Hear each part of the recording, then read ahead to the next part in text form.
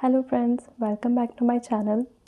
तो this is my first video जो history of agriculture पे है। तो सबसे पहले मैं बात करूँगी 15 लाख साल पहले ऐसा माना जाता है कि मैन इवॉल्व हुए थे इस दुनिया में। उसके बाद धीरे धीरे उनमें डेवलपमेंट होने लगा और फिर होमो इरेक्टस, जिनको जावा मैन भी कहा जाता है, वो आए। होमो इरेक्टस मतलब जो इरेक्ट होने लगे, मतलब जो चलने लगे। फिर उसके बाद क्रो मैग्नम आए। उसके बाद फाइनली मॉडर्न मैन, जिसको हम होमो सैपियन सैपियन भी कहते हैं, वो इवॉल्व हुए।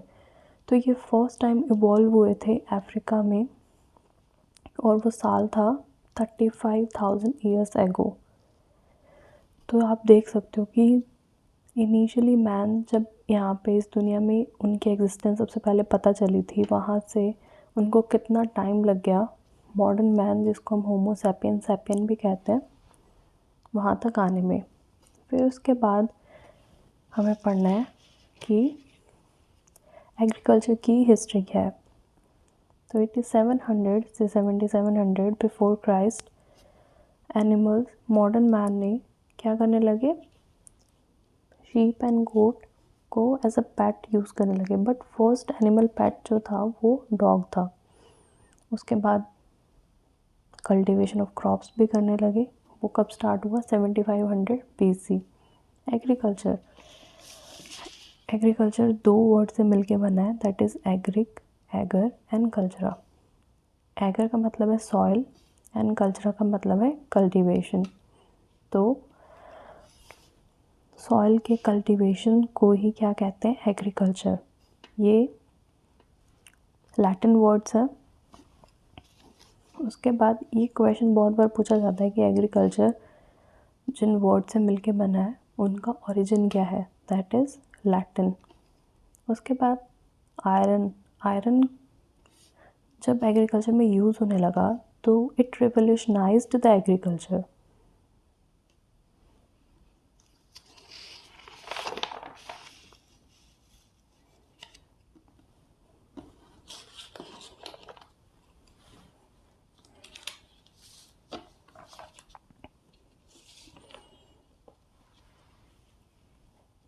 प्रॉब्लम्स, एक्चुअल प्रॉब्लम्स थी क्या होता था, फील्ड मैनेजमेंट नहीं हो पाती थी, लैक ऑफ फील्ड मैनेजमेंट था एंड प्रोडक्टिविटी भी सॉइल की साइड बाय साइड डिमिनिश होने लगी थी। तो इस प्रोडक्टिविटी सॉइल को डिमिनिश होने से रोकने के लिए और फील्ड मैनेजमेंट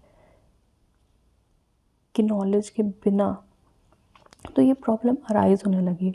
तो इसका सल्यूशन क्या निकाला, study the management of the field, और सेकेंडली अंडरस्टैंड करना principles and practices of crop production जो नीड थी उस टाइम की। सो क्या हुआ, एग्रोनॉमी इवॉल्व हुआ। तो एग्रोनॉमी ये भी दो वर्ड से मिलके बना है, that is agros and nomos. These both are Greek word और इनका मतलब है एग्रोस का फील्ड एंड नोमोस का मैनेज। तो फील्ड को मैनेज करना, बेसिकली हम एग्रोनॉमी इसे ही कहते हैं। अब इसकी एक प्रॉपर डेफिनेशन क्या है, it is the branch of agricultural science which deals with the management of field to provide favourable environment. तो ये बेसिकली क्या कहना चाह रहा है, it's a branch of agriculture science जो डील करती है management of field to provide favourable environment, एक फेवरेबल एनवायरनमेंट देने के लिए to the crops for high productivity in terms of quantity as well as quality both. फिर हम बात करते हैं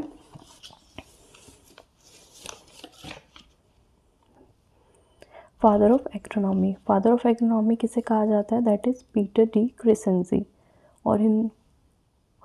और ये टाइम कौन सा चल रहा है, वो चल रहा है 1230 से 1307 AD।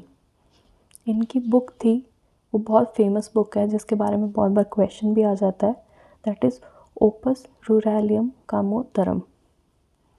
फादर ऑफ टिलेज किसे कहा जाता है, जेथरो टुल। ये टाइम है 1741। इनकी बुक थी हॉर्स होइंग हस्बेंड्री। तो ये भी क्वेश्चन बहुत बार पूछा जाता है। फादर ऑफ टिलेज किसे कहा जाता है? Jethro Tull. And father of agronomy Peter de Crescenzi. और जैथरो टूल ने भी एक बुक लिखी हॉर्स होइंग हस्बेंड्री, और इन्होंने बहुत सारे वर्ड्स भी दिए जैसे कि वीड, ज़ीरो टिलेज। अब हम बात करते हैं स्पेसिफिक कल्टीवेशन, जिसके अंदर साइंटिफिक कल्टीवेशन होने लगा। किसका? In India with commercialisation of sugarcane, cotton and tobacco. 27 April 1871 क्या हुआ? Joint department of agriculture and revenue and commerce established हुआ। उस टाइम पे 1871 के टाइम पे हमारे यहाँ ब्रिटिशर्स का राज था।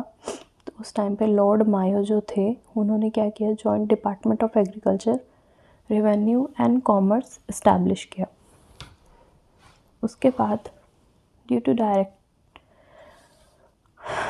To directions issued by famine commission, उसके बाद 1871 के बाद 1880 में डायरेक्शंस इशू किए गए फेमाइन कमीशन 1880 में कि एक central department, separate central department बनना चाहिए एग्रीकल्चर का 1881 में। तो ये आपको क्रोनोलॉजी याद होगी कि 27 अप्रैल 1871 में एक जॉइंट डिपार्टमेंट था। कौन कौन सा? एग्रीकल्चर का, रेवेन्यू एंड कॉमर्स, जो लॉर्ड मायो की वाइसरॉयटी में चल रहा था। बट फेमाइन कमीशन ने कुछ डायरेक्शंस इशूड किए 1880 में कि एक सेपरेट सेंट्रल डिपार्टमेंट होना चाहिए एग्रीकल्चर का, एंड उसके बाद वो इस्टेब्लिश हुआ 1881 में।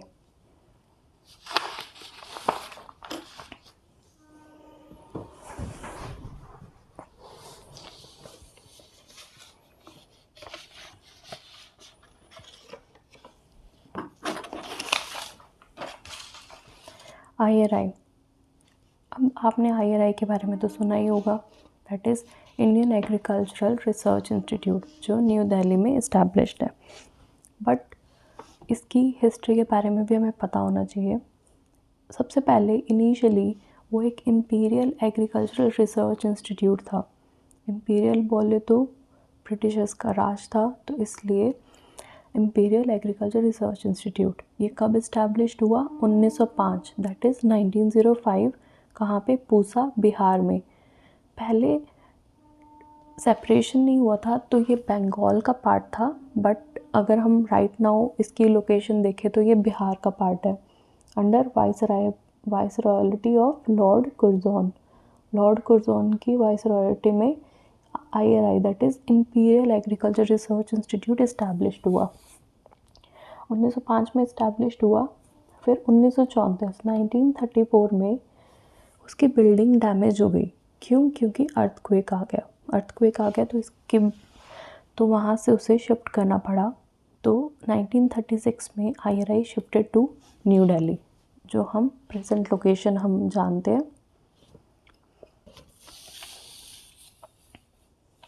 आफ्टर इंडिपेंडेंस 1947, जब भारत आज़ाद हुआ, उस टाइम पे इम्पीरियल इंडियन में कन्वर्ट हो गया, that is Indian agriculture research institute.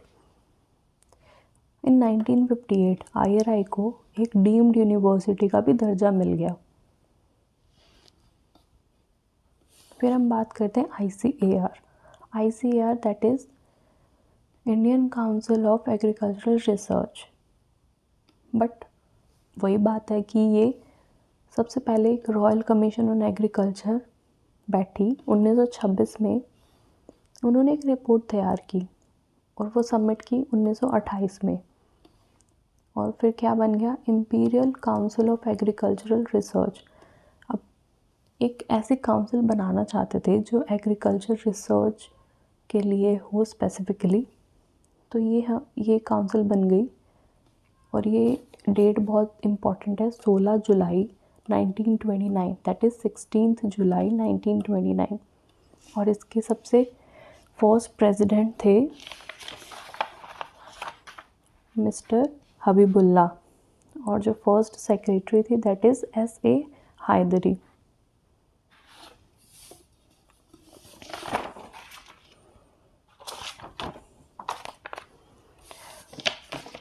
अब हम कहाँ थे, तो 1928 में 1946 में क्या हुआ, इम्पीरियल का नाम चेंज होके इंडियन हो गया under the presidentship of Jogendra Singh. और 1966 में ICAR was reconstitute into fully autonomous body. और इसका फर्स्ट DG या फर्स्ट डायरेक्टर जनरल कौन थे, दैट इज़ डॉक्टर BP पाल। आप लोगों ने सुना होगा, ये रोज़ ब्रीडर थे, इन्होंने बहुत सारा काम किया है रोज़ ब्रीडिंग पे। अब मैंडेट ICAR के क्या थे, सबसे पहले प्लान करना, अंडरटेक करना, एड करना, प्रमोट करना, कोऑर्डिनेट करना education, research and its application in agriculture. तो बेसिकली ये क्या करती है, इट्स अ बॉडी जो प्लान करती है, अंडरटेक करती है, एड प्रमोट करती है, कोऑर्डिनेट करती है education as well as research, और उसकी application in agriculture, agroforestry, animal husbandry, fisheries, home science and allied sciences. Second क्या करती है ये, it's an act as a clearing house of research and general information relating to agriculture, animal husbandry, home science and allied sciences and fisheries matter related to its publications भी कराती है, information system and instituting and promoting transfer of technology, that is TOT, transfer of technology programs. after that वो क्या करती है, ये provide करती है, अंडरटेक करती है एंड प्रमोट करती है कंसल्टेंसी सर्विसेज, किनको, in the field of education, जो एजुकेशन के फील्ड में है, जो रिसर्च के फील्ड में है, जो ट्रेनिंग, जो डिसेमिनेशन के फील्ड में है।